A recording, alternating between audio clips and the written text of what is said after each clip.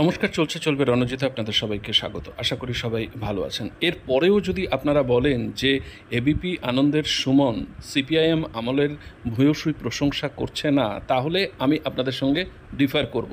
এবং প্রত্যেকটা বিষয়ে যেটায় সুযোগ পাচ্ছেন সিপিআইএম আমলের, তিনি প্রশংসা কিন্তু যেভাবেই হোক করে যাচ্ছেন। এই কথাগুলো একটু শুনুন। তারপরে যে বক্তব্য বাম যুবনেতা কৌস্তব চ্যাটার্জি রাখলেন, মমতা বন্দ্যোপাধ্যায়ের ঘুম উড়ে যেতে বাধ্য, এবং এতটা চাঁচাছোলা, এতটা আক্রমণাত্মক এই সাম্প্রতিক অতীতে কোনো বাম নেতাদের মুখ থেকে শোনা যাচ্ছে না, যেটা ভীষণভাবে প্রয়োজন 2026-এর জন্য। আপনারা শুনুন, কথা বাড়াবো না।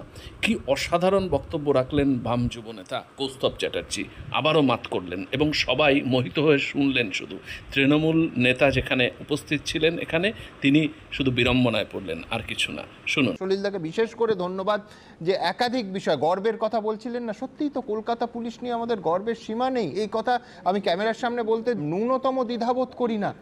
যখন তসলিমা নাসরিনের কলকাতা ছাড়া নিয়ে সেই সাম্প্রদায়িক উত্তেজনা হলো, তখন আমাদের অন্য অফিস ছিল, তখন থিয়েটার রোডের মুখে সেই অফিস ঘিরে ফেলা হলো, অফিস ভাঙচুর শুরু হয়ে গেল। মানে 15 মিনিট ওই ভাঙচুর চললে অফিস বলে কিছু থাকতো না, টেলিকাস্ট বন্ধ করে দিতে হতো। কলকাতা পুলিশ বারবার, এই ঘটনা আমি বলি, 4.5 মিনিটে রাস্তা ফাঁকা করে দিয়েছিলেন।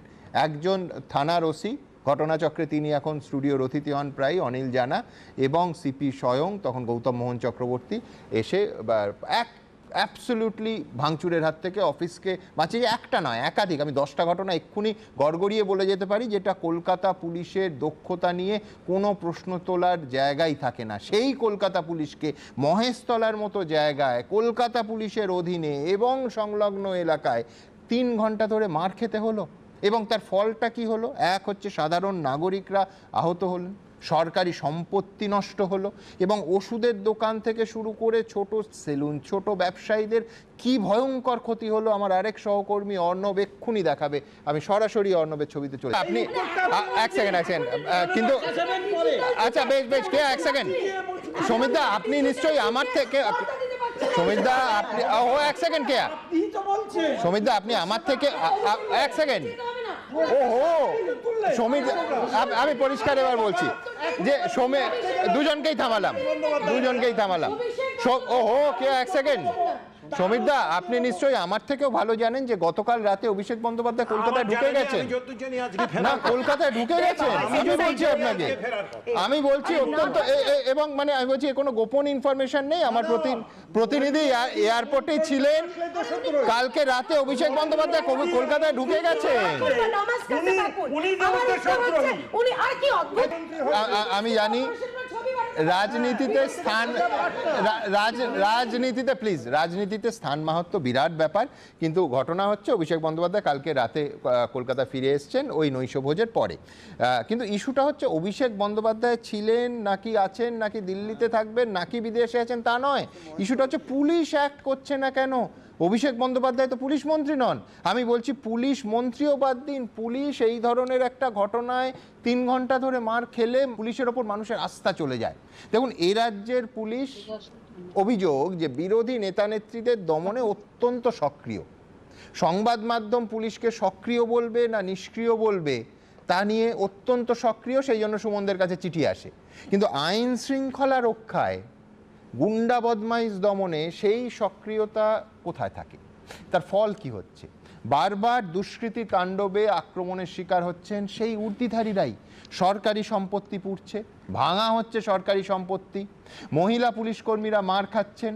আজকে খোদ ডিসি পোর্ট সহ বহু সিনিয়র অফিসার রক্তাক্ত হয়েছেন। পুলিশ সফট টার্গেট হয়ে গেছে কিনা সেই প্রশ্ন তো একবার নয় বারবার উঠছে। ইংরেজিতে একটা কথা আছে, আ স্টিচ ইন টাইম সেভস 9। যদি প্রথম থেকে ঘটনা ঘটলেই কোনো রং না দেখে পুলিশ ন্যায্য প্রশাসনিক কর্তব্য পালন করতো, অ্যাক্ট করতো, তাহলে এই পুলিশকে হয়তো সফট টার্গেট হতে হতো না দুষ্কৃতীদের হাতে। আমি জানি না আমার পরের বক্তা কৌস্তব চট্টোপাধ্যায় মানবে কি। সুমনদা, এটাই ডায়মন্ড হারবার মডেল।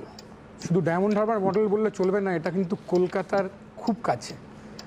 সুমনদা, আমি বলছি ওই যে জায়গায় গোলমালটা হয়েছে সেই জায়গায় দুটো রাস্তা কানেক্ট করে, একটা রেল, যে জায়গায় গোলমালটা হয়েছে সেই জায়গায় দুটো রাস্তা কানেক্ট করে, একটা রেল লাইন সন্তোষপুর থেকে রেল লাইন হয়ে রবীন্দ্রনগর, আর একটা গার্ডেন রিচ থেকে কাচ্চি সড়ক হয়ে কিলখানা হয়ে রবীন্দ্রনগর, দুটো রাস্তার অবস্থাই খারাপ।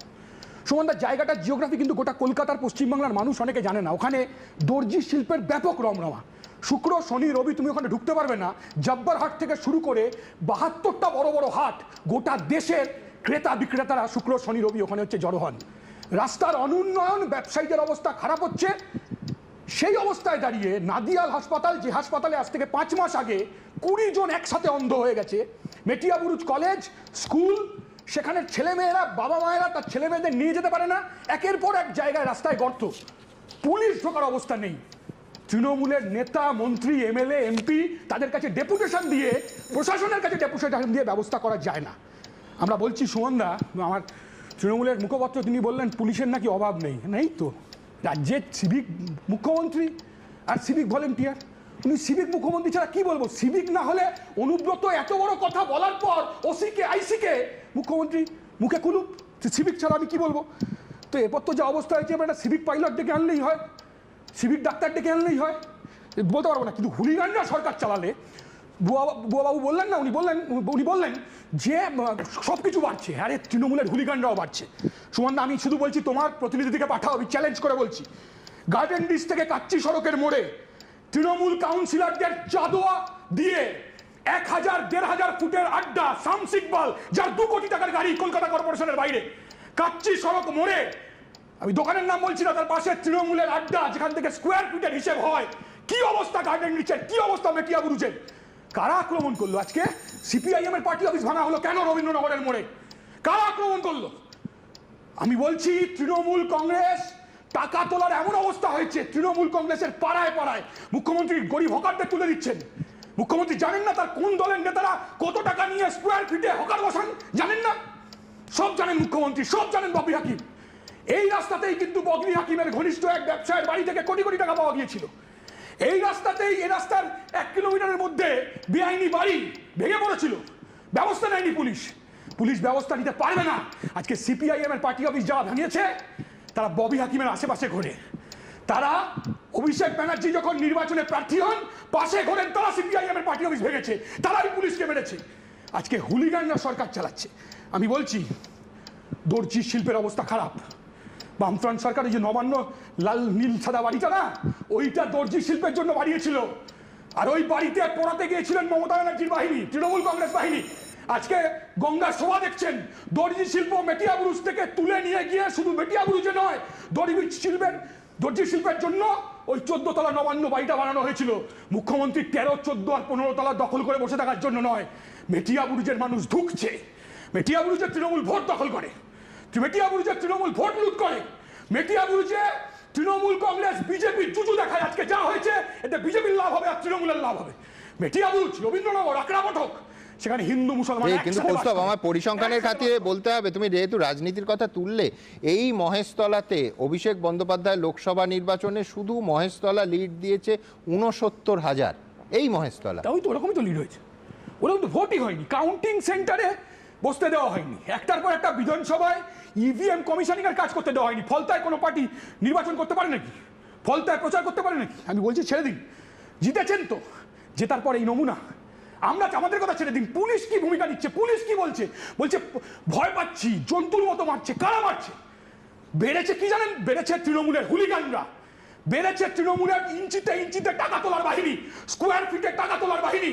যে স্কোয়ার ফিটের টাকা পৌঁছয় এমএলএর কাছে, এমপির কাছে, এটাই ডায়মন্ড হারবার মডেল। কিন্তু আমার রাজনীতির তুলনা যেহেতু সংখ্যার কথা এলো, আমি বলছি অভিষেক বন্দ্যোপাধ্যায়ের লিড মহেশতলা থেকে, শুধু মহেশতলা থেকে 69, আর বামেদের প্রার্থী মহেশতলার সব মিলিয়ে পেয়েছিলেন 22,000। তো এইখানে রাজনীতির কথা তো আসবে, যে পুরো কন্ট্রোলটাই কিন্তু, মানে আমি বলছি যে তোমার রিগিং ইত্যাদির অভিযোগগুলোর পরে যে পরিসংখ্যানটা পড়ে থাকে, সেখানে তৃণমূলের বিপুল জনসমর্থন ওই এলাকা। ঠিকই, কিন্তু আবার খেয়াল করো সুমনদা, 2016 সালের রেজাল্টটা দেখো। ওখানে 2016 সালে মনিরুল দা মাত্র 7,000 ভোটে হেরেছিল, মানুষ ভোট দিতে পেরেছিল। আমি ওকে একটা কথাই স্মরণ করিয়ে দিচ্ছি, আমার ছোট ভাইয়ের মতো বয়সে, যে সেটা হচ্ছে অভিষেক বন্দ্যোপাধ্যায় 7 লক্ষ ভোটে টোটাল পার্লামেন্টে জিতেছে, ওই 7-এর একটু বেশি। মনে পড়ছে? 1 মিনিট।